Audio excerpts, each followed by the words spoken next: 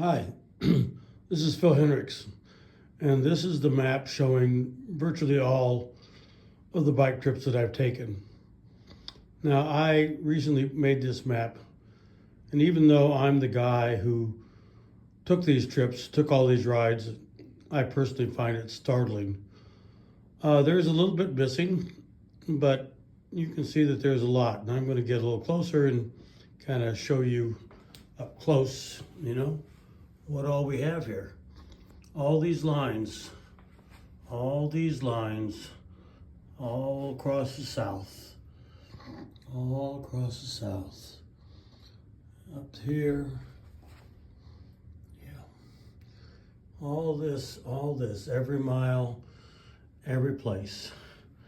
I'm only missing Rhode Island, even though the map seems to say I didn't do South Carolina. I just made a mistake. Anyway, there you go. Here's the structure that we're going to go with. Over there you can see there says Why I Ride. This is a piece that I wrote not too long ago. And think of it this way. You've all gone to a movie, and there's an opening scene that's very dramatic. And at the end of that scene, at the bottom it says 1 year earlier. At the end of this story, it would be 48 years earlier. So then I'm going to talk about the moment when it all started. And then I'm going to share as many stories as possible. Obviously, if you look at that, there's more than we can possibly cover in 2 hours. I would like you to just look at that for a minute and just try to absorb it. I'm the guy that did it, and I made that map for this presentation, and honest to God, I find it startling. Because I look at it and I took, every one of those miles, I wrote them. And I'm very fortunate, I'm very lucky to have had all these experiences. So with that, I'm going to read this piece to you. It's called Why I Ride. In the beginning, it was a simple answer I wrote in a short article after my first ride to Illinois. I like to go down roads I've never been down before. Simple and uncomplicated. But that can't be all of it. At this point, I've been down all kinds of roads, and it turns out I like to go down some roads over and over. For a lot of people that ask me about riding, their focus is on the physical, and they don't want any part of it. The physical aspect pays off in being able to eat whatever you want and get to a point where you pretty much never get tired. That said, the physical aspect is what sets the cyclist apart from other travelers and makes you interesting to strangers. Inevitably, this leads to conversations about you and, if you play your cards reasonably well, this person that you would have never met otherwise. For me, there's a definite kick out of once a year or more immersing in this day in and day out physical and intellectual pursuit. Yes, I said intellectual. Every night, I write about the day, and every day I am alert to where I am and what I am feeling because I know that I will be riding. Relying on your body and your bike and your wits to navigate this experience makes you somewhat vulnerable, but also requires you to be resourceful to navigate a life very different from the days that you normally navigate. This is great source material. Wait a minute. This is great source material for writing, and there is zero chance that you will remember a fraction of what you experience if you don't write about it every night. It will evaporate in the torrent of images and sensations that happen every day. I also can't honestly deny that the form of respect and curiosity that others visit upon me isn't the motivator. When people ask where you're going and not if, well, you can't let the side down.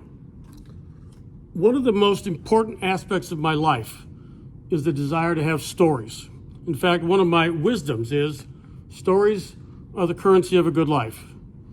And my trips have made me very, very rich. All of this is great. But there is a slightly sad and dark aspect of solo travel. I read a great quote, which resonates profoundly with me.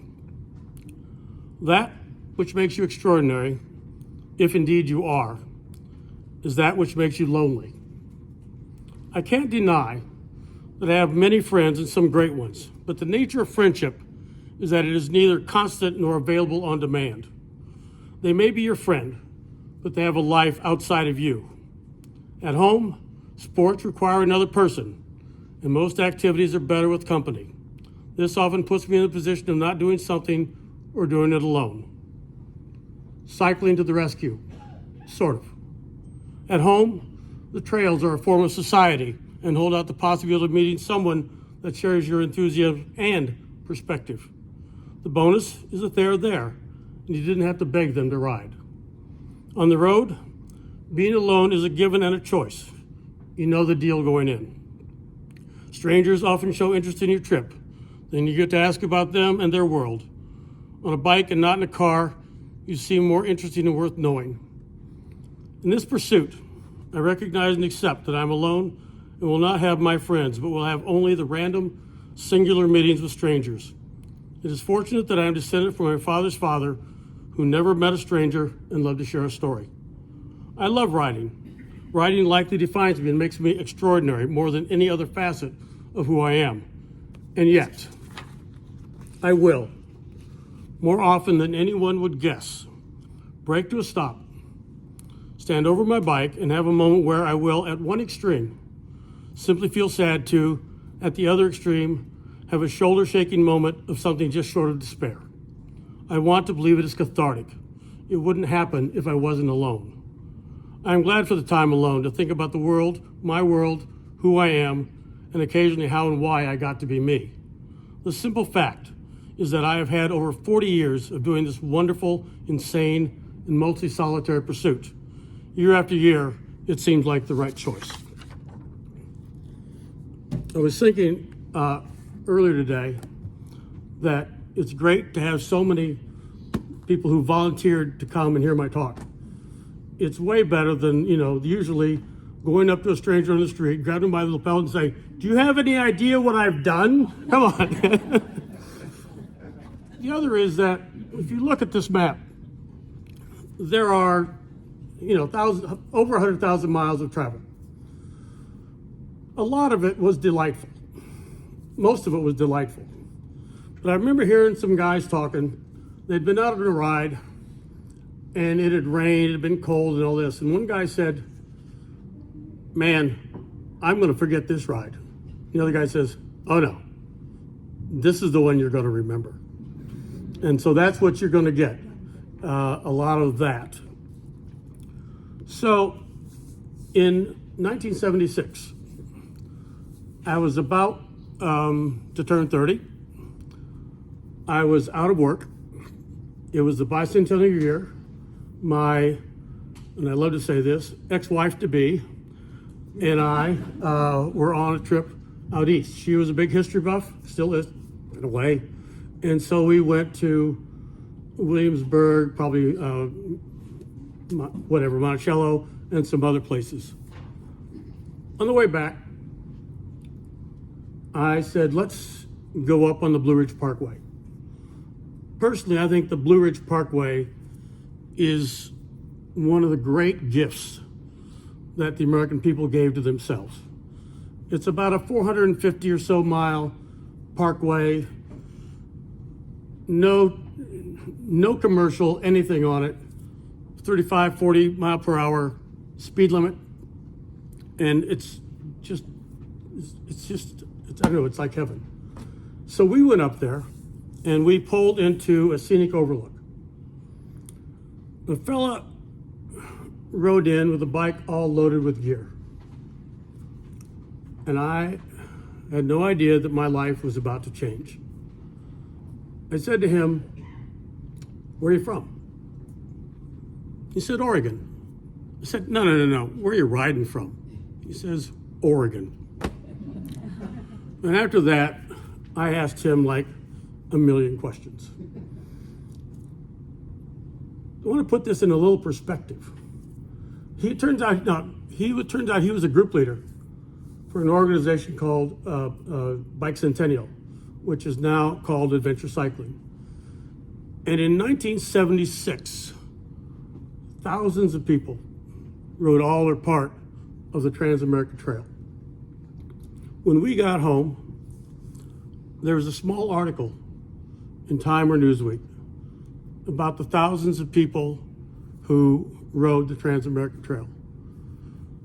For some reason, it resonated with me. And I told my wife that for my 30th birthday, I wanted those maps. Honestly, I never expected to ride across the United States. I thought I would use these maps for a cool motorcycle trip and all that. The improbability of this gets even bigger. We stopped at this one scenic overlook.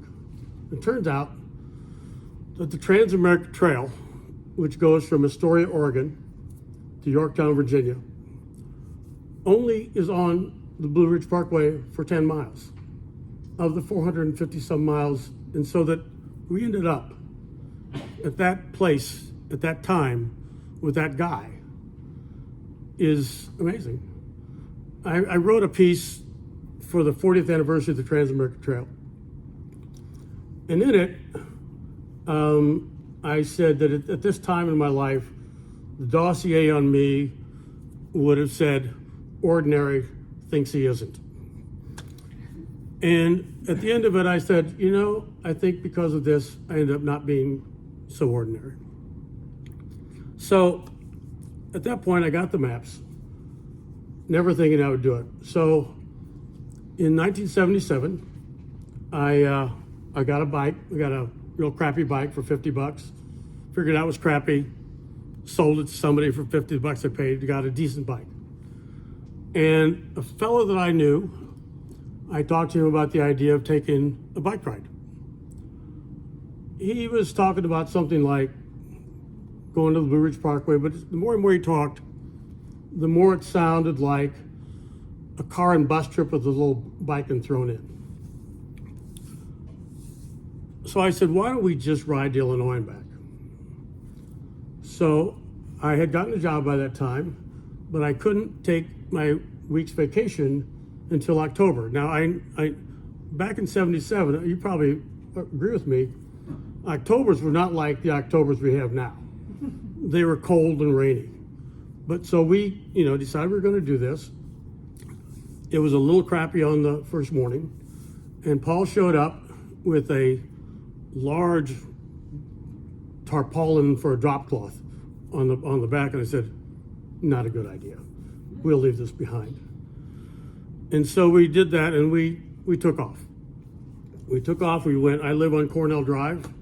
We went west on Cornell, turned left on Gettysburg, turned right on Little Richmond, and took off. I still remember coming up to, I think Olive Road, might be Union, this little rise. And I thought, oh my God, how will I ever get up this? But of course it's nothing. We kept going, and Paul was a little stubborn. So we would come to some little hills, and he would wait until he got very far, a little ways into it, and before he would shift. And when he'd shift, the chain would either come and get stuck between the frame and the gears, or like go inside. It happened a couple times, but we got that fixed. He had a flat tire. We kept going.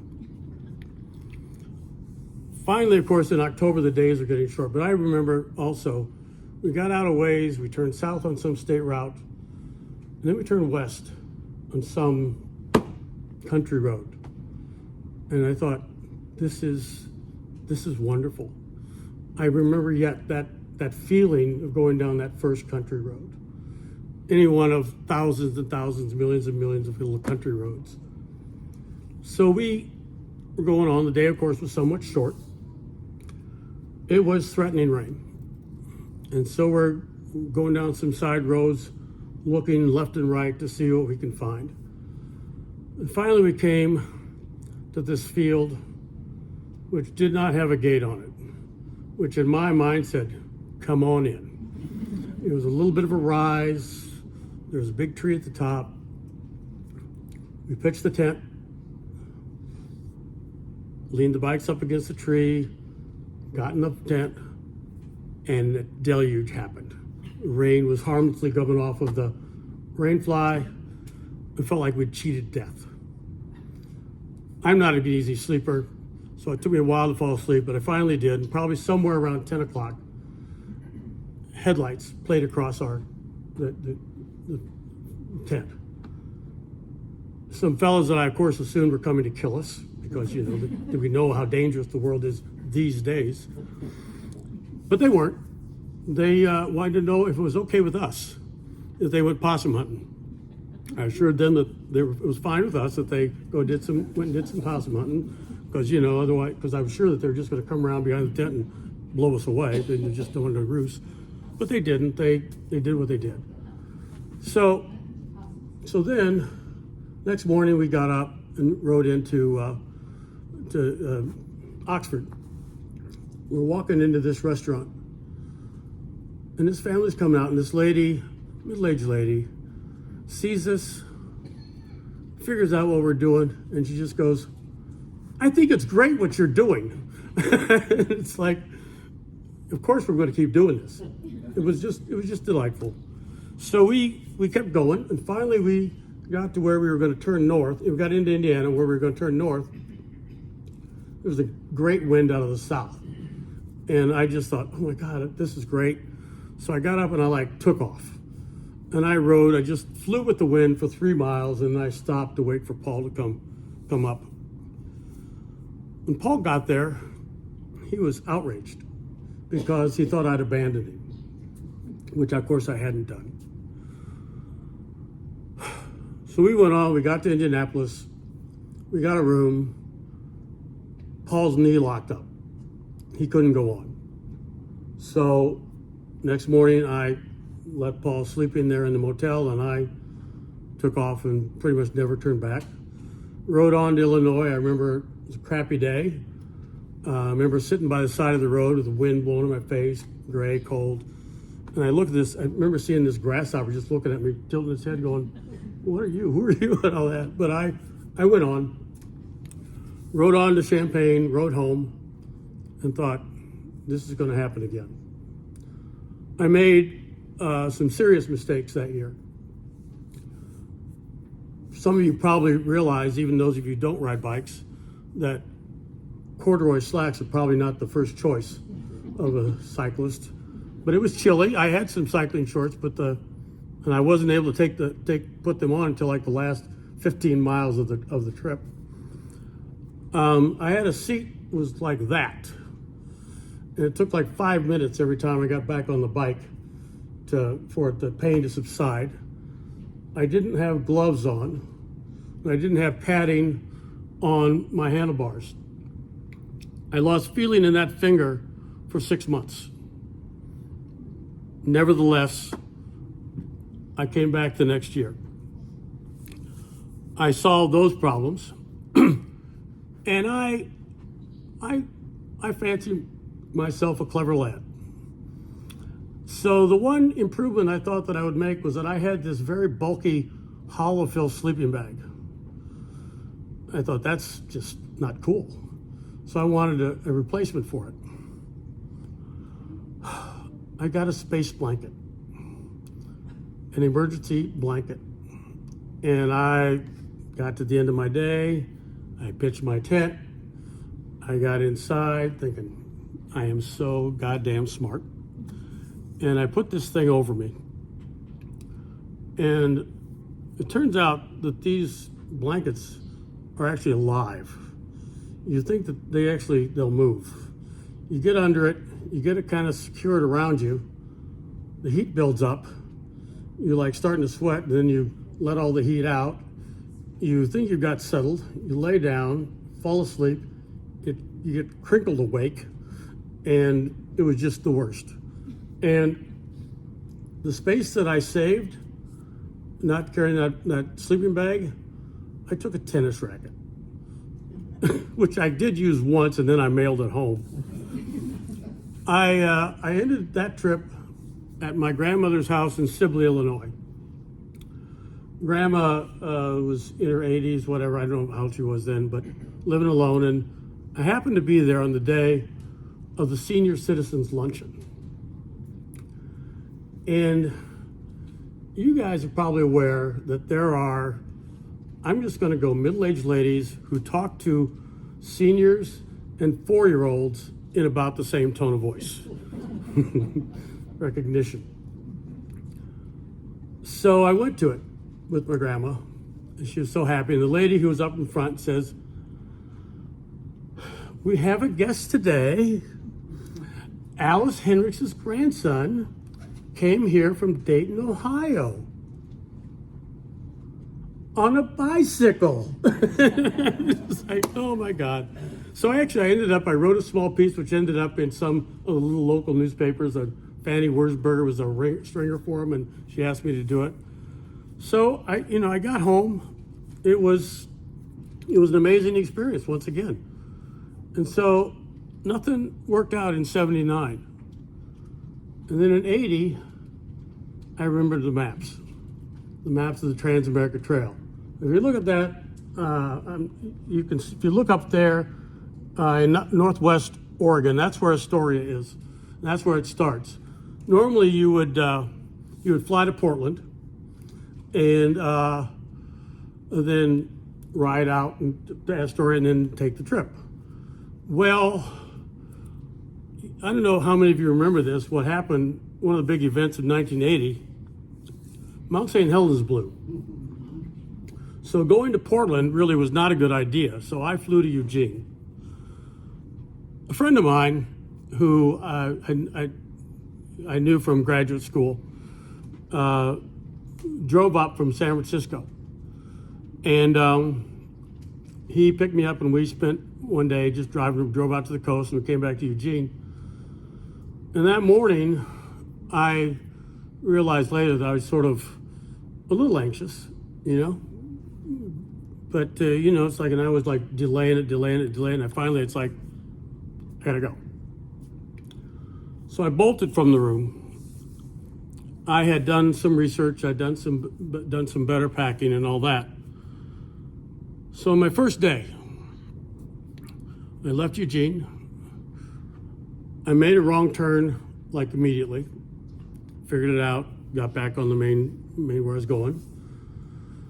Not too far down the road, I had a flat tire. I took it apart, found that these wheels that I had built, there was a little metal shard in there that had given me a flat,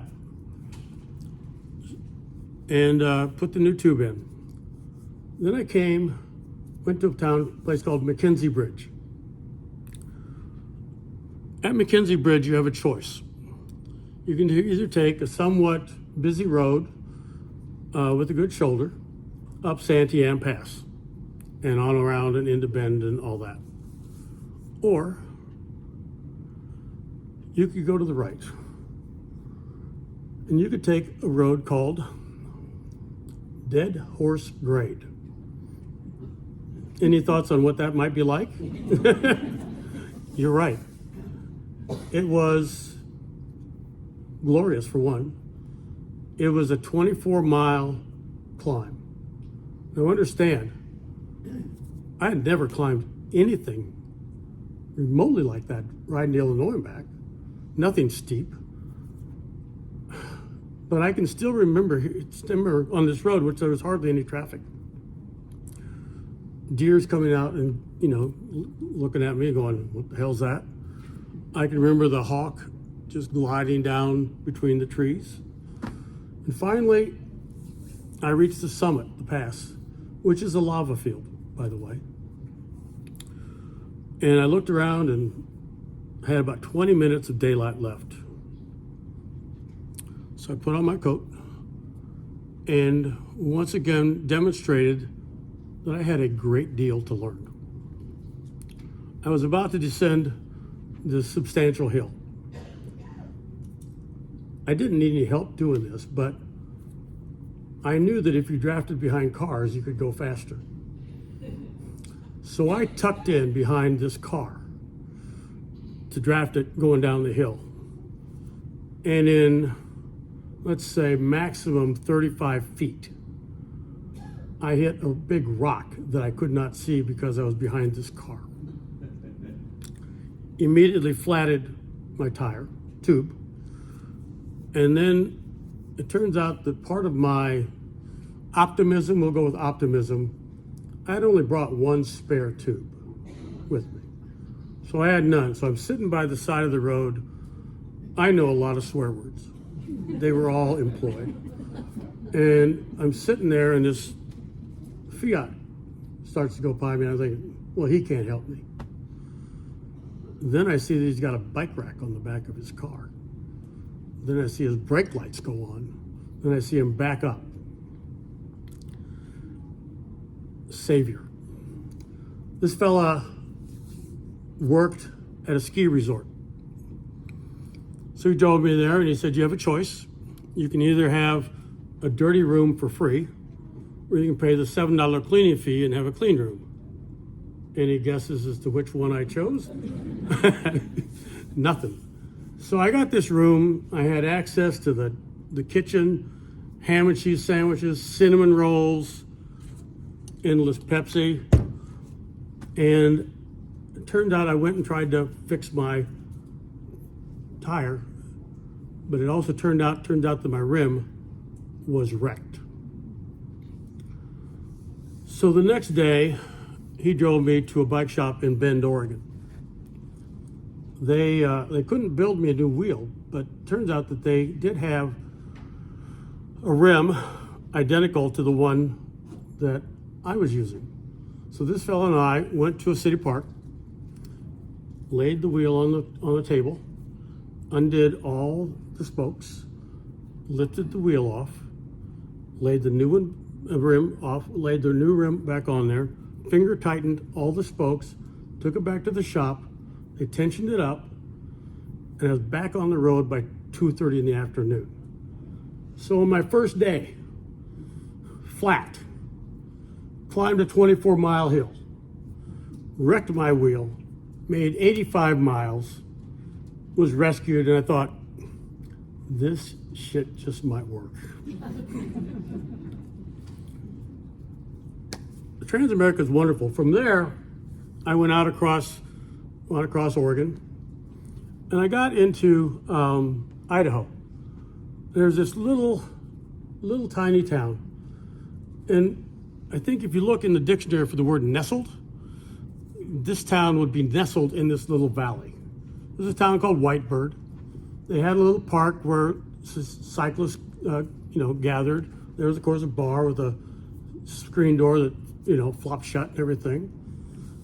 But what was really cool, because if you think about it, the town is nestled. So here you are, you come up to the back of the little valley. How do you get out of there? Turns out that it's a famous road. It's called Whitebird Hill, and it's like 11 switchbacks that you take to get out of there. And what's cool about it is that you're looking back down the valley, and it's kind of like your self-propelled elevator as you're going up, and you're seeing the town down below, and you're seeing the farmland up above, and then you're coming up to the top, and you get out on the big road, the new road that they put through there. When I got there, a couple of young fellas blew past me. They had at least as big a load as I had, if not bigger. But they had something that I did not have, and that was toe clips. I had some cycling shoes, but then they had some deep bridges in them, but I didn't have toe clips. So I thought, the only possible reason that they're going faster than me is that they've got toe clips. So immediately I knew I was going into Missoula to what at that time was Sam Braxton's famous bike shop. And I wear size 13, so fortunately they had the biggest toe clips available, and I put them on. And I left there, and let me explain that the shoes that I was wearing had deep ridges. So I put my shoe into there and put them down over these ridges on the pedals. That's fine, getting in, but getting out, it's a little bit more of a drama. And the technique that you would use that I use is you would lift your foot up, rotate it a little bit, then you pull it out. I still remember coming up to the first stoplight and being terrified that thing was going to turn red. Well, it didn't. And I blew through that, made that turn, and I was on my way, and I felt like I have never felt stronger in my life. Okay, I'm going to take a side trip here for the moment. We're now in Missouri, 2,000 miles later. I've had no difficulties with my toe clips at all. At that time, I was riding with a pair of sisters named Sue and Judy Mallory. And we were riding together, and I had gotten a little bit ahead of them, and I looked back, and I saw that they had stopped at a place called Cheap Cash Grocery or something like that. And so I went to turn around in the road. Well, now, there's no difficulty in just, coasting around in the road. And when I started to do it, I was unconcerned, and then I realized I was on a banked curve. As I went to turn around, I started to pick up speed going down this banked curve, and I realized I had a choice. I could either take my foot out of the pedals or hit my brakes and fall over. The outcome was that I did neither. I went into the tall grass, lost speed, fell over. And I realized that I'd never had to tell anybody this story ever because nobody saw it, but you're welcome. So now I'm going down 93 in Montana.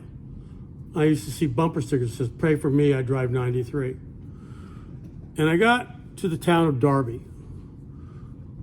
I saw a little restaurant, there was a bunch of bikes out front.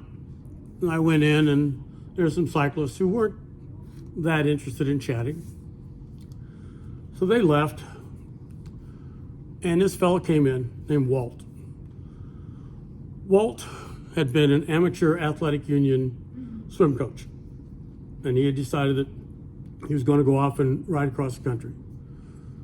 So he came in, and we started to chat.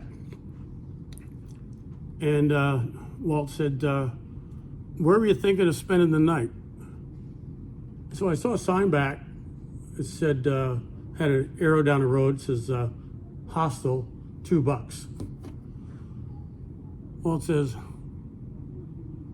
"That's a little more than I wanted to spend." I thought, what's your idea? He said, well, he had seen some picnic tables back, little back ways. He said we could stop there. I said, fine. I would point out that this is a turning point also, because it turns out that my favorite place to stay is in a small town city park with picnic tables under a pole shelter. You're out of the possible rain. You're up off the ground. You can get going the next day. Nobody expects you to be there. You're in good business, good shape. So we went there, and we're sitting there chatting, whatever, telling stories, duh. And this little redheaded boy comes up. I don't know, he's 8 years old or something. And he starts asking some questions. He pretty quick figures out that we're coming from different directions. And he said to us, "How did you guys know to meet here?" Walt did not miss a beat. He says, "Well, when we were kids, we used to play in this park. And we've stayed in touch. And we decided when we found out we were going to take this trip, that what day is the date? We were going to meet on this day in this park." The kid looked at us like, holy shit. And then his grandma called him, and he toddled off, and I wonder, did we do any damage there or what? A little later, a young fellow named Kip come up. I think that's the right way to say it. Kip come up and to talk to us a little bit, and we asked him if this was a good town. He looked at it and says, "This is Darby." No further explanation needed, I guess. I said, "Well, what do you do?" "Oh, well, I go to shop, and then I go out and I like to have a smoke.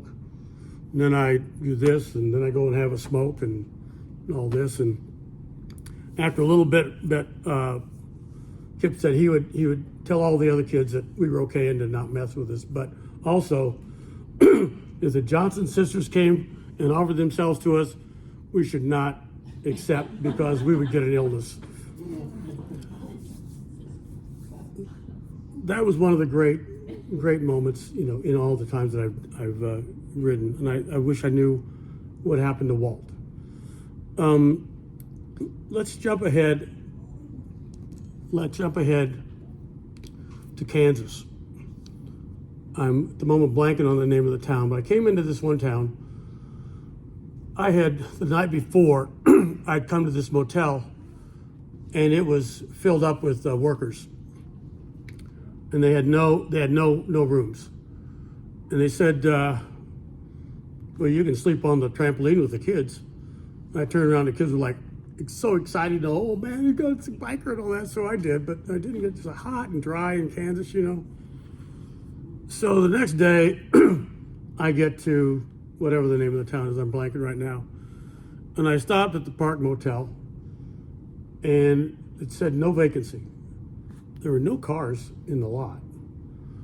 And I asked the lady if she'd have any rooms, or if maybe I could share a room with somebody. She said, "No, no, I couldn't do that."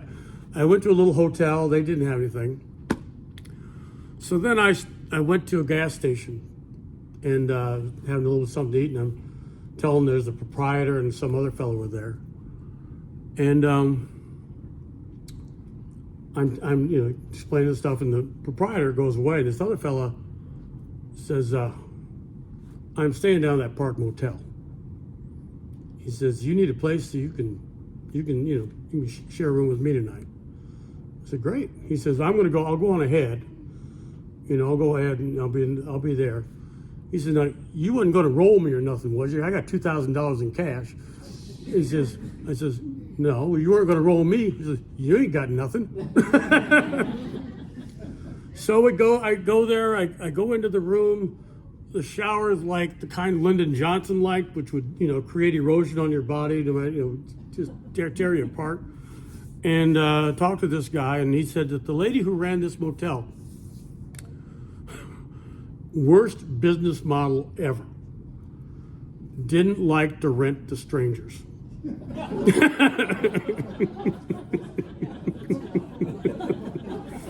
Next morning, he says, "Now you got to leave early because she comes around early." So I get up, I get on my bike, and I'm riding out, and she comes out, and I'm going, "I'm not standing around to have this discussion. I hope this guy gets to stay here in the future." I stopped at a donut shop, talked to somebody. Somebody says, "People in this town just don't want to know you. They just don't." So that was part of my experience in Kansas. I'm going to jump back a little bit into Wyoming. And I was riding in Wyoming, and I'd actually ridden quite a ways. And I came to this intersection, and I encountered this group of three. It was a brother and sister, Dal and Donna Lemon, and this fellow named Roger. And so I rode with them for a fair amount of time. Roger was tired of getting outvoted 2-1. So he asked if he might ride with me for a while. So we did. Roger had an interesting way of passing the time. He kept track of roadkill. And every time he saw some new roadkill, his head just went back over all the ones that he'd seen that day. Had some weird mental deal. At the end of the day, he would put together a tally of the day. At the end of the trip, he wrote me later, and birds won by a mile. So naturally, when we rode together, I wanted to help Roger keep track, right? So I point stuff out, and we were riding on the shoulder, And 80 not only was the year of Mount St. Helens, but was also a drought year. And when Roger and I were riding on this wide shoulder, normally if you see grasshoppers or whatever, they're very good like jumping away from you. It doesn't matter, you can, but Roger and I were riding like this. And these grasshoppers didn't know which way to go. So we're riding along and we're getting like bing, bing, bing, bing, bing, bing in our spokes as they jumped into our wheels and our spokes. They'd land in the hair on our legs and hold on. You have to knock them off and everything. And at this point, I was helping Roger and I lost a little focus and I went off into the sandy part of the shoulder and tried to force my way out. And I pretzeled my wheel. The wheel was not rideable if I had my brakes connected. So I actually had to loosen my brakes, and I rode on into Wichita and got my wheel rebuilt for a second time.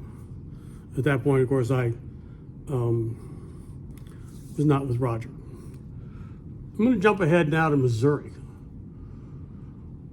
People often say, man, how do you deal with the mountains out? What do you do with those mountains out west? As if I had some way I could something I could do with those mountains.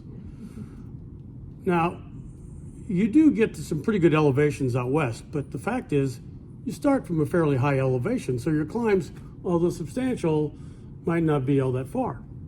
And they're generally manageable grades of 2, 3, 4, maybe 6%. In the east, you get these steeper hills. You're more likely going to get yourself a 9% grade or something like that. But if you ask me where is the hardest place to ride in the United States, it's the Ozarks. Because these roads are not engineered. They are steep and they are relentless.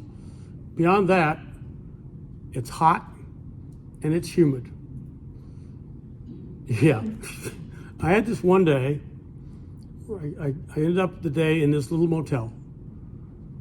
And at the end of the day, I went to a little grocery store. I think I had a choice of either pints of milk or a gallon of milk. I bought the gallon. So I'm there in this motel, which cost me $8. I mean, it was cheap even then. So I'm there, I'm writing in my journal, and I think back over the day and how much I drunk that day, how much fluid I'd taken in. And I said at the end of the day, I had drunk almost a gallon of milk. And I looked at it, it's like, I'm going to finish that. So I finished the day with a gallon of milk and computed that I had consumed 26 pounds of liquid that day, drinking all the time. Jumping ahead to Kentucky. You know, Kentucky has Interstate 75 is kind of the tracks in Kentucky. West of the tracks, you've got your relatively flat grounds, and then east of there, you get into the mountains. I think I was riding with Sue and Judy. We'd reconnected at that point. And we stopped at this place where there are a bunch of kids doing good works for the summer. And it was a place called Pippa Passes. So they let us stay the night, and while we were there, they just kept rattling on and on. It had been a big day. And we bedded down in the large gymnasium. And man, so much was running through my head. All this stuff, and I couldn't get to sleep. So I'm in this gym. Over there's a little walkway, a single light bulb over it. So I went to my gear, got out my journal, got out my pen, went over there, evacuated my brain, wrote my journal, came back, and fell right asleep. It was the right choice. When I was riding with Sue and Judy, we met this other fellow, a fellow named Ron. Ron was religious and keen to let you know. Ron was traveling with a gallon jug of water and a crescent ridge, period.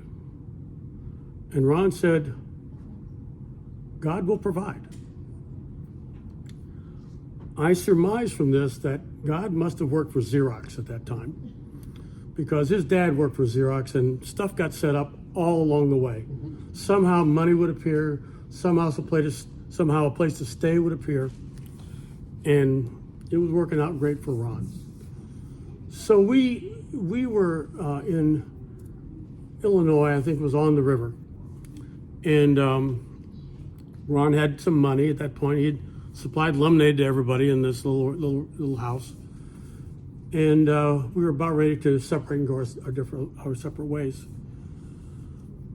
And Ron says, "Well, why don't you give me your phone number, and maybe if I'm in the Dayton area, I will get in touch with you." This was the best use of my phone number ever. I said, Ron, my phone number is 937-277-0666. Ron looked like he'd been struck through by lightning. And I was certain in that moment I would never hear or see from Ron again. So I'm coming to the end of the trip. I have gone up on the Blue Ridge Parkway. I've gone past the scenic overlook. I've come down through Afton, Virginia, where a trail legend called the Cookie Lady lived, and you could stop there and she provided cookies, and she was just the most delightful, sweetest person. And then I went and stopped in Williamsburg, where I had been all those years before with my wife. And I sit there on this bench watching these folks go by, thinking about sort of the journey that I've made from them, how I felt, and I felt like invisible. I felt other, or something like that. I left there. It's not far from there to the Yorktown battlefield, which is where the trail ends. I ride to the Yorktown battlefield, lean my bike up against the monument, set up my little tripod and my camera, and I take my picture, but I break down sobbing. I'm almost ready to now. I was kind of overwhelmed, A, by the experience, B, by the fact that I was alone, didn't have anyone to share it with. And so there were some ladies out there, and they were like aggravated because, why is he standing there? We want to take our picture. So I almost had remember I told you I wanted to take people and shake them and say, you know what I did? I didn't take them by the lapel, but I just told them that I had just ridden across the United States. And that I needed to get through some tunnel to get to an airport. And they said, well, we'll take you. So they had a van. So we got in the van, and we started to drive. Coming the other way is Sue and Judy. I said, stop. They stopped. I jumped out. I hugged them. I said, give me my bike, go away. Thank you. You were lovely. And the three of us went back to the Yorktown battlefield. We all spent the night there and finished the trip. And so I ended up, in a way, not finishing alone. I was changed, obviously, by this trip. It was a great experience. The Trans-America Trail is like 4,400 miles long. I didn't do that part of it, but I did most of it. It took me 6.5 weeks, and it was the best. I think this is a good place to stop briefly, have a little break. Pepsi for when you need to make sure you're not going to flag. I've got to monetize this somehow, you know what I mean? I don't know about you, but I've driven into Wilmington, Ohio. And you come in from Wilmington on 68 from the north, there's this old brick building. On the back of it has the remnants of a Coca-Cola sign. It says Coca-Cola 5 cents relieves fatigue. So there you go. So in 1981, I took 2 trips. One, I went from Seattle down to San Francisco along the coast. The highlight of that was, I wrecked another wheel. But the bigger one is that I met a fellow named Rich Federgon, who I hope we can get to him later, but Rich and I became good friends. Rich had been at some conference and he bought a bike and decided he wanted to ride down the coast. Rich lived in Lincoln Park in Chicago, Illinois, and he trained in his apartment to ride the Race Across America. Race Across America is exactly that. It starts at the Santa Monica Pier and goes to the East Coast on a prescribed route. And Rich came third twice and abandoned once. So he's the guy that I met in 81, and then we stayed friends, and maybe we'll get to some hits. The other is that in 1981, my ex-wife to be, and I said, and I went to England, and we rode in 2 weeks about 150 miles. I want to point out, she gave me that bag, which says, you know, life's an adventure. So I actually talked to her a couple days ago and said, "Did you give that to me?" She says, "Yeah." So that was kind of funny. But anyway, the significant part of the trip in 81 came years later. My ex-wife and I stay in touch. We're good friends. And I don't know how this came up, but she told me that on that trip, she had read my journal. Bad idea. Because in the journal, I wrote that I was frustrated by how few miles we were going. She read this, and she says, so I figured, what's the point? I immediately said to her, but you didn't read what I wrote the next day. And what I'd written the next day was, I knew how hard it was for her. I knew how hard she was trying, and I really appreciated it. I am confident that we still would have not stayed married our whole lives. I always say that the strength of our marriage is that we gave each other room to grow and change, but we did that in different directions. So then, 1982, I rode from Seattle to home. A lot of people will say to you, what do you do when it rains? And my smart ass answer is, I get wet. So if you look at that map, on my first 4 or 5 days, it either was raining, was about to rain, or had just rained. I'd gone over Washington Pass and the aptly named Rainy Pass.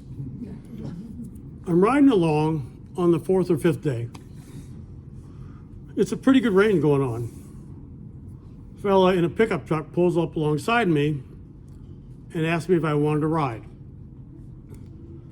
And I was so numb to the rain that I actually wondered why he was offering me a ride. And then I realized it's really raining hard here. So he had one of these big old pickup trucks. Remember, this was 1982.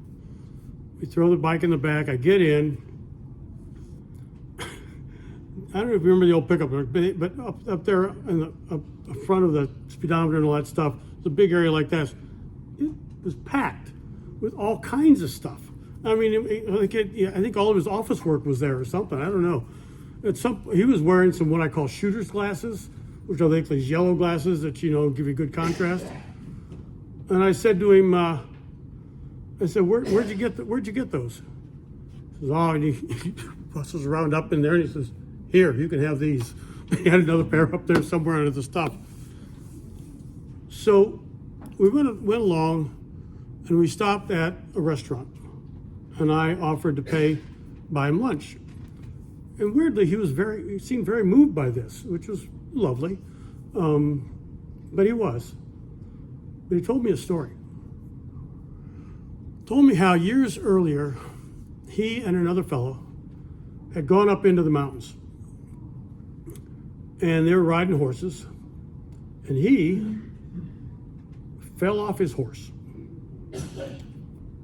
Broke his leg. And the other fellow says, "Oh, you'll be okay," and rode off and left him there. He ended up somehow getting through the winter in the mountains with a broken leg.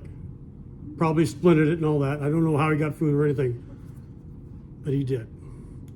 And he said in the spring he came down and he went into this restaurant. Fella looked like he had seen a ghost, which in a way he had. When I rode the Trans-America Trail in '80, everybody said, "You got to go to Glacier National Park. You got to go to Glacier National Park." So on this trip, I went to Glacier National Park. It was the 4th of July. Point it out. Glacier? I don't know where Glacier National Park is. It's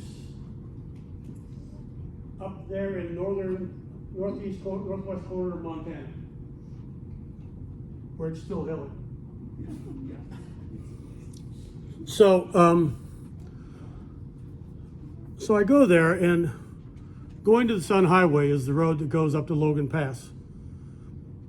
And the rules are that if you're on a bicycle, that you're not to be on that road between 10 in the morning and 4 in the afternoon. I didn't get there in time. At this point, I was still something of a rule follower. Didn't last. So I'm there, little specks of rain, little, and I finally decide this is bullshit.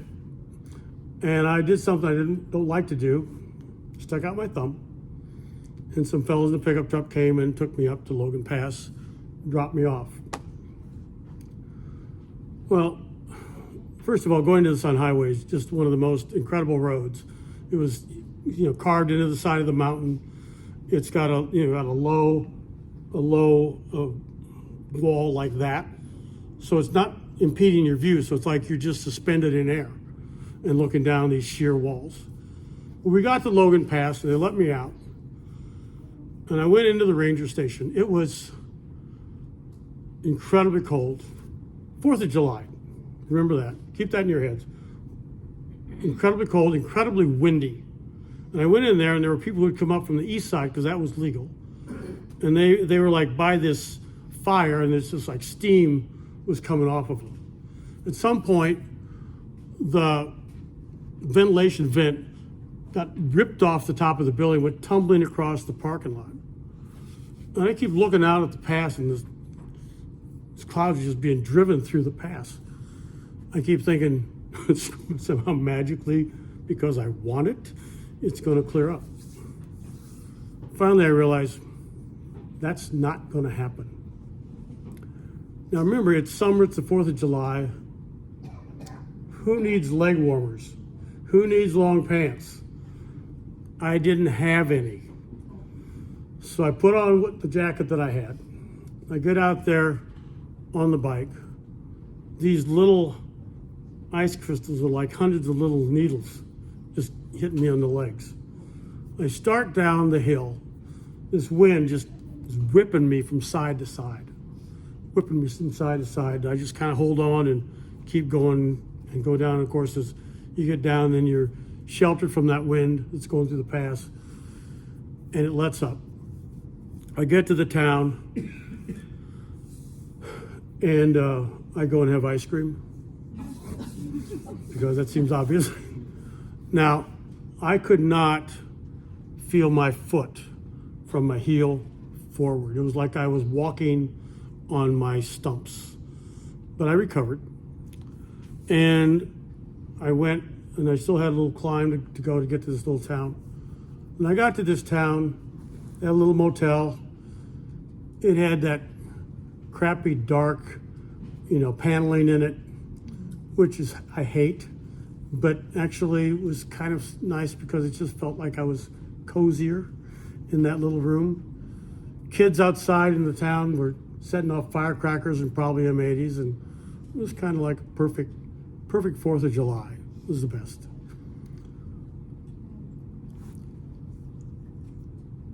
I am routinely asked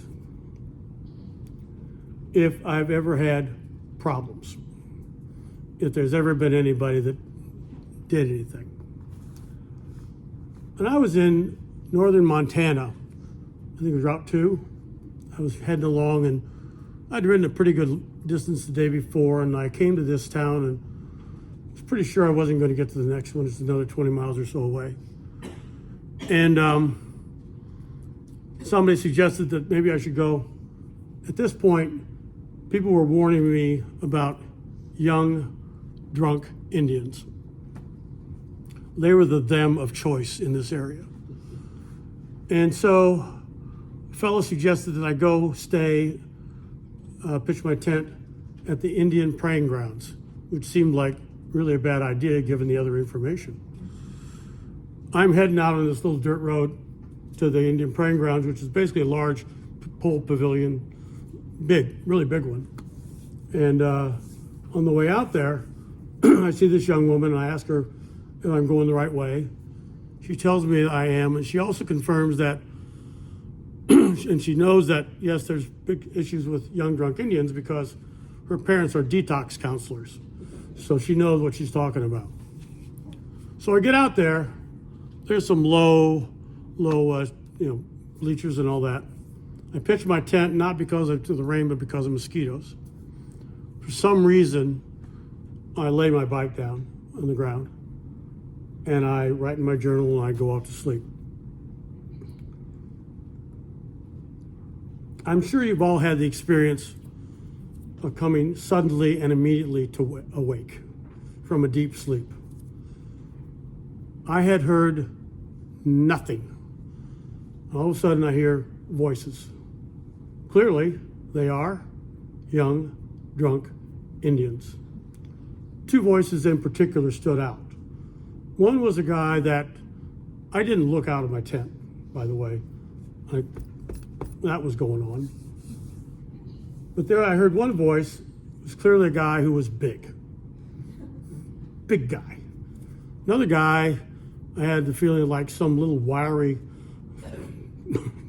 idiot who says, "Man, I better keep drinking or I might sober up." And I'm thinking, man, it's Tuesday night. These guys are out of work. They might not like me or my kind. It's a group. What could go wrong? Well, I just laid there for a long time. They either never saw me or they never anything. In the end, nothing happened. I could hear them tear-assing up and down that road out front, in their cars, going on the gravel road. Nothing happened. First light, I took down my tent, went on to the next town, took a nap. But I want to say is I've ridden over 100,000 miles, toured over 100,000 miles, and nothing has ever happened. Never been any issues. Never been, the only was like when I was with Sue and Judy in Virginia, some cop came to the picnic park we were staying in, and about 7 in the morning or 5 in the morning, rousted us, said we should move on. We pointed out that it was 5 and we were at 7 o'clock. We would be moving on. And he says, could I see some ID? Okay, fine. But nothing has ever happened. I then get to North Dakota. One of the most delightful days ever. It's a Sunday. I'm riding along, and I sense a car behind me. It's a family of 4. And they come up alongside, they greet me, and they want to know would I like to come over for dinner. I said, hell yeah. So we go to their house. It turns out that the reason that they stopped, because early today, on their way to church, I waved. I used to wave at like everybody. I mean, this is my trucker wave, like that, you know, that's a trucker wave. Motorcycles like that, you know, and middle-aged white ladies are the worst. I'm sorry, they don't want to look at you. Young couples, all excited and everything. But so I went to their house and had a steak and potatoes, which seems right, you know. And she says, "Would you like to take a shower?" That'd be great. They had 2 daughters. Sounds like there's a farmer's daughter joke here, but there's not. I admit it. I had, you know. Anyway, I take a shower, and the daughters had long blonde hair. Well, let me tell you, this shower didn't drain worth a damn. I was worried that it would overflow before I got done with my shower, but it didn't. So at this point, I sort of expected them to offer to let me stay for the night. You know, there's 20 minutes of daylight left. And she goes, "I guess you ought to be on your way." So I evidenced no surprise or anything, and I took off. I got to, the next town was like 20 miles away, so it was, you know, sometime after dark. I came into this town. I did not know where the park was. I thought I heard welding going on. I see these 2 fellows over by this garage, and I swear to God, I hear welding. So I go over there. Turns out it's the bug zapper. So many bugs that it's like that. And so I asked them where the park is. They directed me to it. And I went to the park, sit down, get out my little jar of Spicettes to write in my journal and all that. And a few minutes later, one of the fellows come by. He sits down at the table and starts chatting. He says, "You need a place to stay?" I said, "Sure." So it's that thing in the back, and we'll go. So we drove to his house. At this point, of course, I have no idea where I am. It's night. I'm in the middle of somewhere in North Dakota. It's like spin me around, and I'm not going to figure it out. So we go into his house. Remember now, I've had this great steak dinner, potatoes. I'm going to make the story better and believe that I had pie for dessert. And the fellow says, Joe Kinward's his name, says, "You like a roast beef sandwich?" Sure.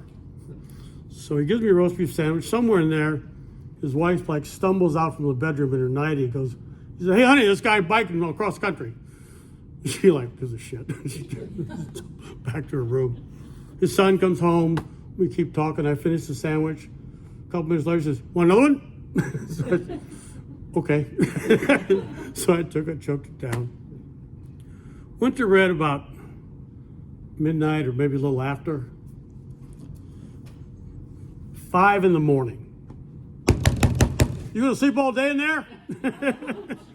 Apparently not. So I got up, I fixed me some breakfast. He took me back to the main road. So for years I'd been hearing about other people get put up for the night. I'd never had it. Like I hit the jackpot. It was the best. So after this, you know, I rode on through Wisconsin, down into Illinois. I rode by my childhood home in Washington, Illinois, and realized that the backyard had shrunk. The people who lived behind us, people that I'd grown up knowing. Remember I grew up in the 60s, you know, went to Big Ten school, left-leaning and all that. And this fellow had a "America Love It or Leave It" sticker on his car, and it's like, gosh, I don't think I wanted to know that. But I did. And so then I went back to Grandma's house. And I got there in the night. And I'm riding through the cornfields. And the fireflies were just rising like sparks out of the corn. It was just one of the most, it's quiet, just wafting up. In the distance, there's the softball games going on. So in the middle of all this darkness is this softball diamond and these guys that have known each other and played softball with each other for decades and know each other. And I went to Grandma's house, and she couldn't believe that after riding as far as I'd done that day that I wanted to walk down to the softball diamond, but of course I did. From there I went to Lafayette, Indiana. I'm sure you've all, maybe you haven't, I don't know. Sometimes when there's an idea in your head and you know it's there, and then you kind of go, this is what's going to happen. I was in Lafayette, and it's like, I'm going home today. I'm riding all the way home. I'm not going to take 2 days. I'm not going to get 50 miles from home and go, oh, I'll wait till tomorrow. So what's interesting about it, I think, is that I'd never done that. But over this time, I had grown in confidence. I never doubted I would get home that night. Just no question. It rained that night, rained that day a lot. I still kept going. I got to the Trout Wine Super Value up there in Union City, and they called and had Brad down with paper come and interview me. And I had some quotes from Brad, if I did it pretty great. And I got home. And part of what's so cool about this particular trip is that now my home, if you look at that map, my home is now connected to Seattle, Washington. And I could retrace my steps. And as you can see, I ended up in my house a lot of times. And so I know that my house is connected to so many parts of the United States. 1983, I rode from Los Angeles to the Columbian ice fields in Canada.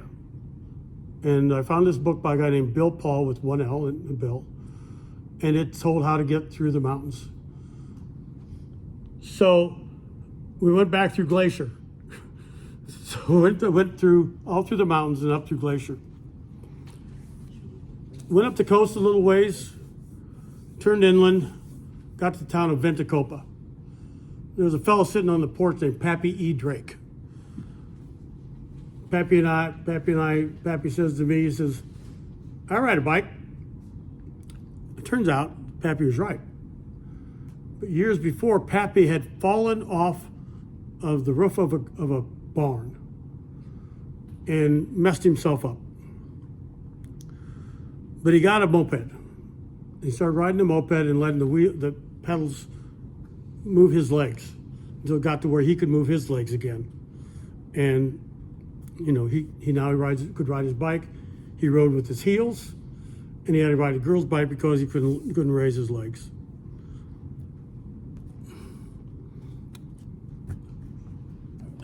I came to the Central Valley of California. It was about 40 or 50 miles across. And I was heading for I can never remember which is which. I was heading for the mountains. And they looked impenetrable. But as I got closer, I could see the opening. And to me, it looked like some ancient god had taken a mighty cleave and cleaved an opening for the faithful to pass through. And I started going up along the Kern River. There was a sign at the opening to the Kern River, which told how many people had died along there. Now, I was only worried about being scraped flat against the walls of this narrow canyon. Part of what's so cool about these river canyons is that the view keeps changing. You like stop and say, this is a great shot. And then you go around another bend. Is this better? Anyway, it was like that all day.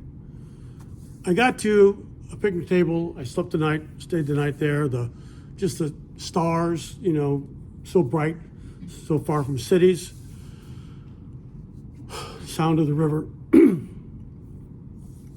Next morning I got up and rode through the soft morning light until the road started upwards. When I was started up, they're just scattered trees or vegetation, just finding little niches where they could stay. But of course, as you get higher, it gets cooler. There's snow melt. You start to get more vegetation. And at some point, the vegetation just closes in on you. And when you're doing a climb like this, it takes hours.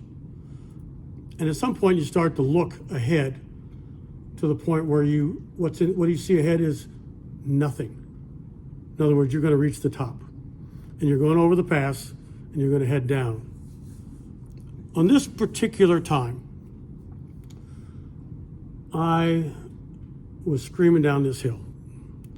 I was going so fast that a van that was ahead of me pulled over to let me by. This descent took at least 20 or 25 minutes at a pretty good rate of speed. I get to the bottom, once again, go through this and start back up into Sequoia National Park. Same deal, same several thousand. This time I think this climb was like 6,400 foot climb after this other one. Once again, I get to the top. The sequoias up there, are almost beyond your imagination. You can't take them in physically, mentally, or any other way. Once again, I descend. And I come along, and my maps tell me that I'm supposed to turn on Elwood Road. And there's one word describing Elwood Road. All caps, dogs. So I went along this road, and sure enough, at this one point, the road was rough enough and rose enough that when I came to the dogs, I couldn't, they were there. Fortunately, they came out, and they were friendly dogs. They're friendly dogs, and the only danger I had was being licked to death. Now, the young woman whose dogs they were, a young woman named April Gady, came out and told me that these were the good dogs. The mean dogs, at this point, were locked up. The mean dogs send 4 people a year to the hospital with bites.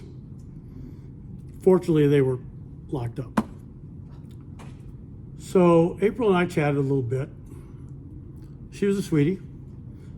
Over there was a 7-foot pile of horseshoes that her dad had shod his horses with and saved all the horseshoes. I went on. A couple of years later, I wrote a piece. I wrote a piece about this trip, and it was in the Dayton magazine a few years ago, in '83. And I mentioned April as an angel. And somehow I found her address, and sometime later, at some point, she and I corresponded. She told me that she was now living in Bakersfield, and she had twins. I'm writing a book, as you know. There's a young fella who I actually, 20 plus years ago, had written 75 one-page stories. And I got to where I need to write one more story to finish this one particular year. Spring arrived. I went outside, and I never came back. And over years, people kept saying, you need to finish your book. You need to finish your book. You need to finish your book. That didn't help. Anybody who's raised kids, which I have not, knows that shit ain't gonna work. So, a woman I've been a couple with for the last 9 years of her life until she died, her daughter and I remained close. And her daughter got married during COVID. And so nobody could come to it except the young fellow who was the officiant and his wife who was a photographer. So a year later, Lindsay had this celebration in Charlottesville, Virginia, which I went to. And the young fella who had been the officiant, there's people you can talk to, and there's people you can riff with. He and I could riff. And I shared some of my writing with him. And he said to me, I don't know how you do this magic trick. And he and I talk, and he's one of my best, reviewers and readers. And when I sent him this story, he Googled April Gady. And he sent me a link.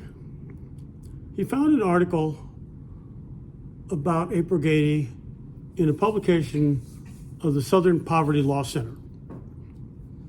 Turns out that April Gady is a prominent white supremacist. I spent the next couple days just thinking about that, running back over it. I actually wrote a letter to her, which I've never sent. The pile of horseshoes her dad had, her dad's brand that he used was a swastika. April had daughters who were twins. They were taught, and they were taught songs and performed under the name Cobalt Blue at various white supremacist gatherings. Do you know what cobalt blue is?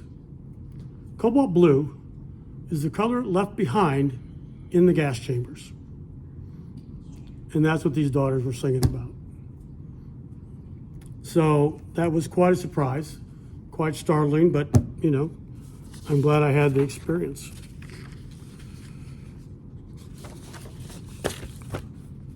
I'm going to talk about 1984, and then I'm going to get to my 60s. I've got tons more stories.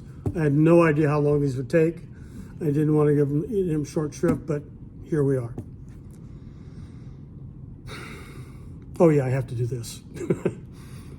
So 1984, I titled this story, That Which Does Not Kill You, Part 1. I rode from Los Angeles to Florida. As I said, growing up in the 60s, you hear a lot of stories about the South. Don't like this, don't like that. Also, the desert Southwest is harsh. And so I was a little anxious about it. And when I wrote this piece, I sort of thought maybe it was a little bit overwrought.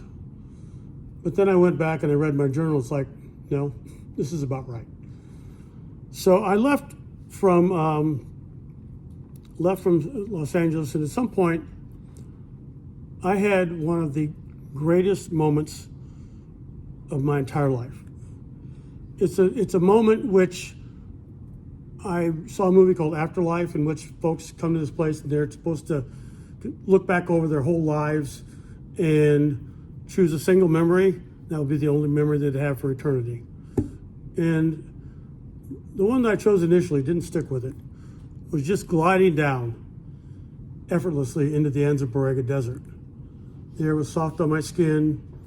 I was, like I said, effortless. I was heading down into this gorgeous, sort of forbidding place. But it just was a moment, and it just stuck with me.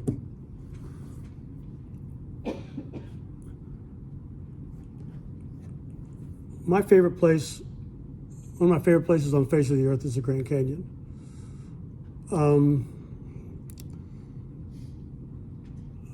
Years ago, on Wide World of Sports, the predecessor to Race Across America, something called the Great American Bike Race. And there's a fellow named Lon Haldeman who was part of it. And I remember Jim Lampley saying, and there's Lon Haldeman on the long climb of Oak Creek Canyon. Well, I stayed in Oak Creek Canyon, took that ride, went to Flagstaff, had some chocolate chip pancakes, headed up to the Grand Canyon on this, in the road, it's just like had these big snowflakes coming down. And I'm thinking, man, if I was home, I would not be out. But here I am, I'm out. I go to the Grand Canyon. I don't know how many of you have been there, but to me, you come up from the south, there's no warning about what's ahead.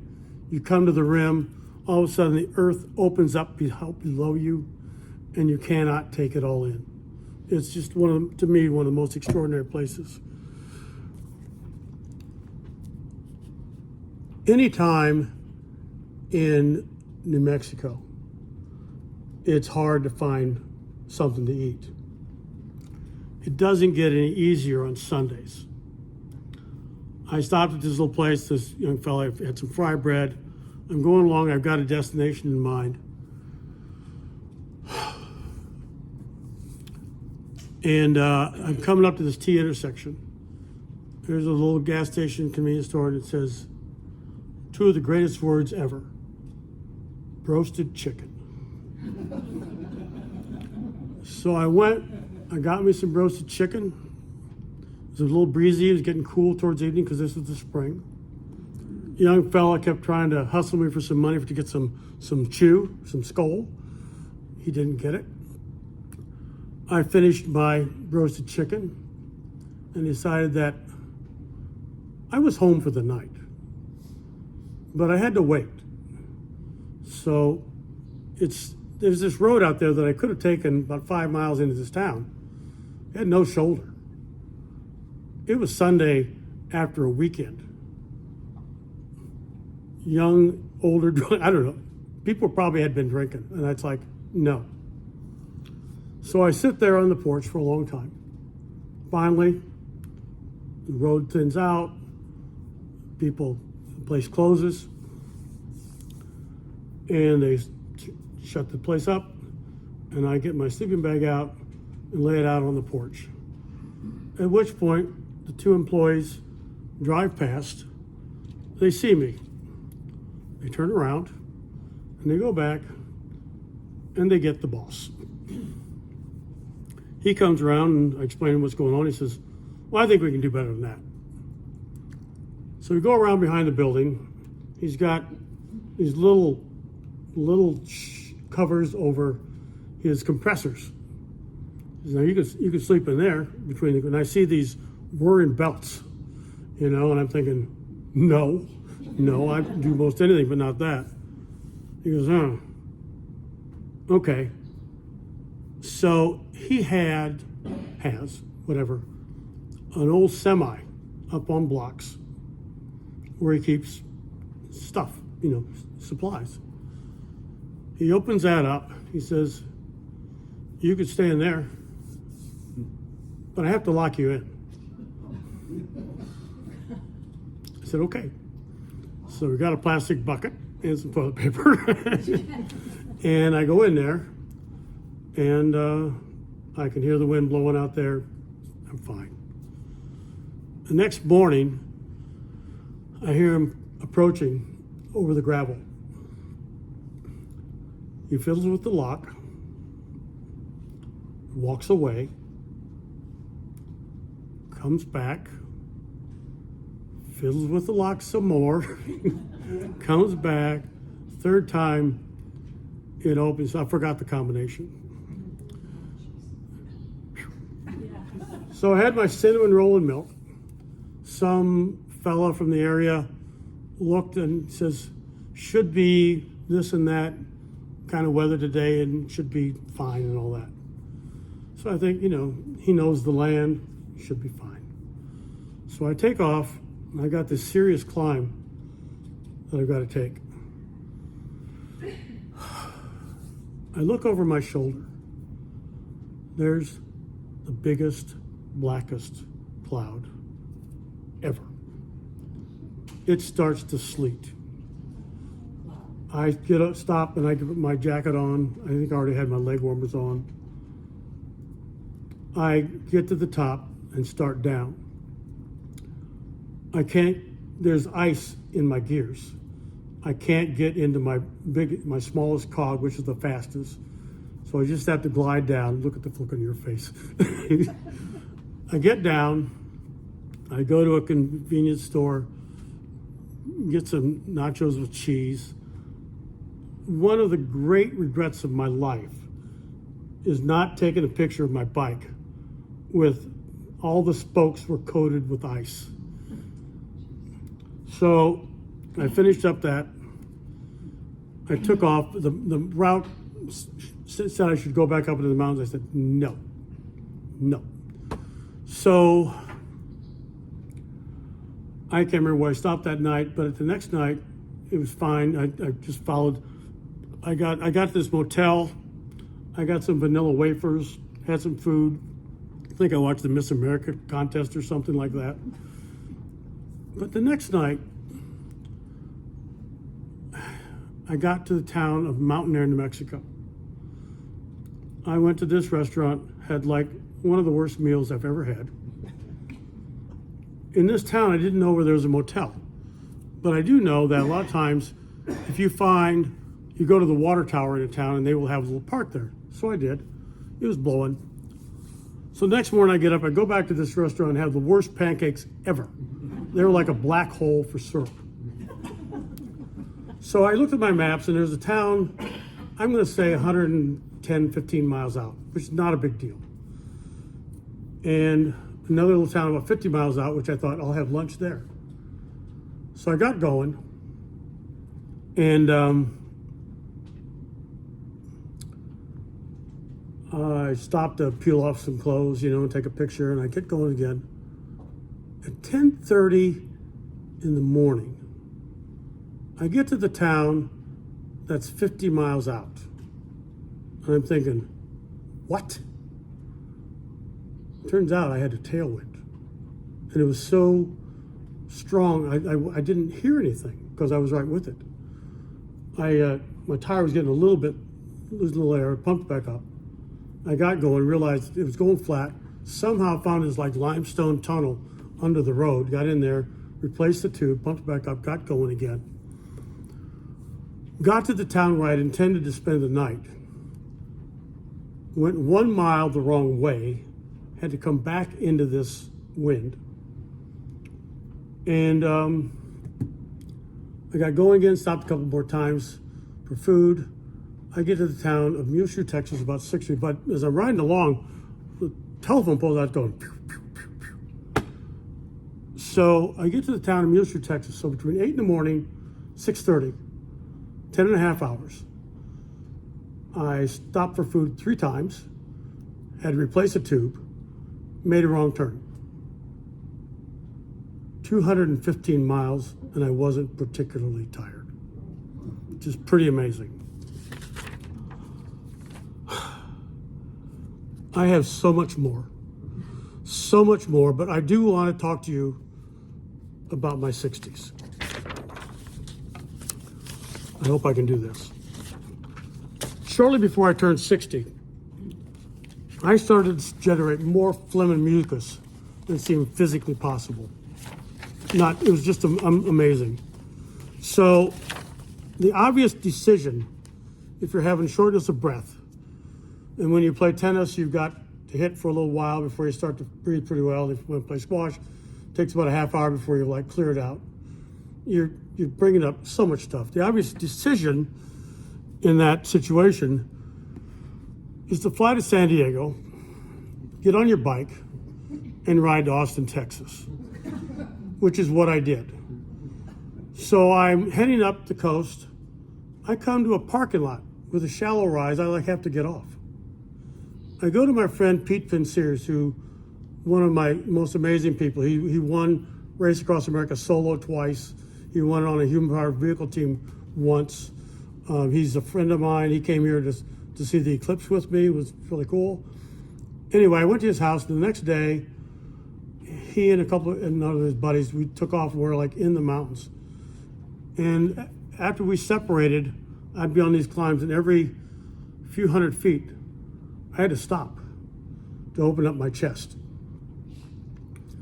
And I finally got over, and I got, once again, down into the Anza Borrega, found a campground, and slept out there. Next morning, I get going. It's 43 miles to Ocotillo with a couple climbs. Favorable wind. I get to Ocotillo. I turn east. Huge ass wind. I made 90 more miles. Got to Yuma. So, can't breathe. I do 133 miles between, sunrise and whatever time it was. I get to this motel. I order a pizza.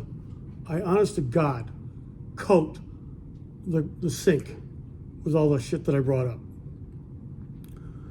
Next day, I get to Gila Bend, 108 miles. same deal. But over time, I'm starting to feel better. By the time I get to Austin, and by the time I get home, I'm feeling pretty good. When I get home, I go to one of my favorite events of the year in Champaign, Illinois. It's Roger Ebert's Film Festival. And so for 5 days, I'm sitting in the seat watching movies. It all comes back. A friend of mine, who was an eye surgeon, recommends a guy to me, and I go to him. I wrote up 2.5 pages of what had happened. I said, I got this written out. He says, oh, I don't need that. I said, read it. So he reads it and he says, I know exactly what the problem is. You have an infection. So he prescribed some antibiotics for me. I felt a little bit better. A couple days later, I have a small front yard. I mow my front yard. I have to stop 10 times. And as the day wears on, I can't walk from here to that tube without being out of breath. I called this guy, son of a bitch doesn't answer. It's been the worst night of my life. I can't lay down, I sit up trying to breathe. He gives me something called like a Z-Pack, which is anti-inflammatories. I do that, I'm improved. So then, over the next 4.5 years, I'm taking broad spectrum antibiotics and these anti-inflammatories. And I keep moving. I'm proud of that. I mean, I rode cross country and did all this stuff, kept active. This guy had a paradigm. He believed that long-term usage of low dosage antibiotics was beneficial. In 2006, I flew to Denver to ride home. I realized that these antibiotics that I was on were phototoxic, which meant that sun was a problem. I have a good friend who's a skin doc. I said, should I worry? He says, you got a tan, you're dark, you should be okay. Fly to Denver, I take off. If I'm riding and there's air fluent over me, I'm fine. But if I stop, like my head tingled, just tingled. It's the really strangest thing. But I get, Rhode Island's the only state I haven't gotten in the lower 48, by the way. Nebraska was the last one I got, and you can see that I've done that a lot. It's US 30 along the Platte River. And I got this, went to this little mom and pop motel because stuff wasn't right. I holed up there for 3 days to get the antibiotics out of my system. Across the street was a truck stop. I love fried chicken. It held no allure. I would eat a burger. I had to eat a burger with knife and fork. So finally, after 3 days, I got the antibiotics out of my system. The couple who had to put, by the way, the place had 5 movie channels, so it's not a terrible deal. So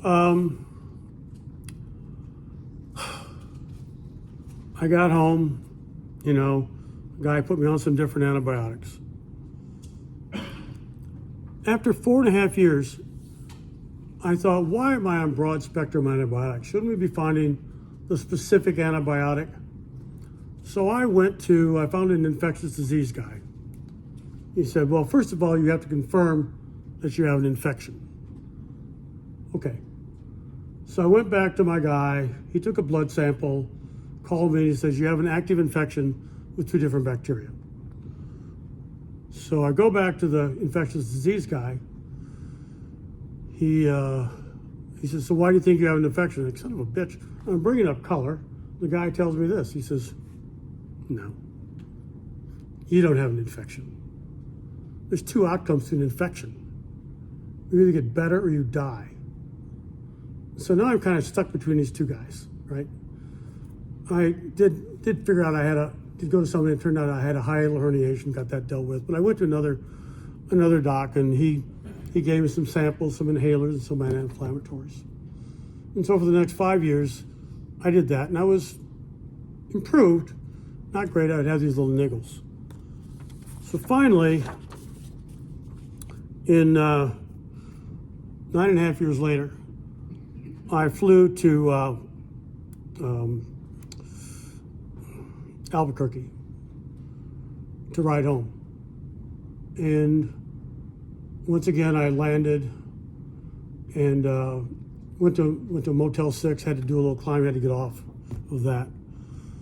Once again, I get back to Mountain Air, New Mexico, take off, and I find that there's little towns in between, didn't have anything, and I'm thinking, oh man, am I going to have the same ride that I had before? It's like, well, I didn't, because the wind shifted and I had to do all kinds of stuff. Anyway, I got home.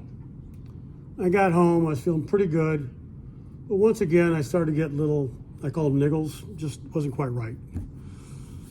So I found an allergist pulmonologist at the Cleveland Clinic. And I went up there, and he told me in 45 minutes, they said, you have moderate to severe asthma. And he put me on some medication. He said, you should see improvement in 2 weeks. So I'm improving in 2 days. He said, you should see the maximum benefit in 3 months. Went back to him after 4 months. I brought old pulmonary function tests from these 2 docs with me. He looked at them and he said, you can see asthma in both of these, all these pulmonary function tests. But none of these guys, like I said, the one guy had this paradigm that long-term usage of low dosage antibiotics are beneficial and salutary. For what it's worth, I really am proud that I stuck with it.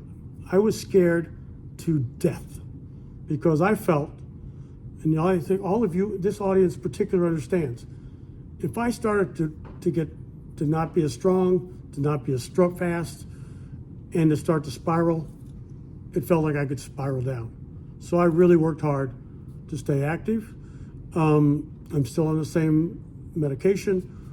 The first guy that I went to, when COVID happened, you may recall there was a guy down in Butler County who had been prescribed ivermectin.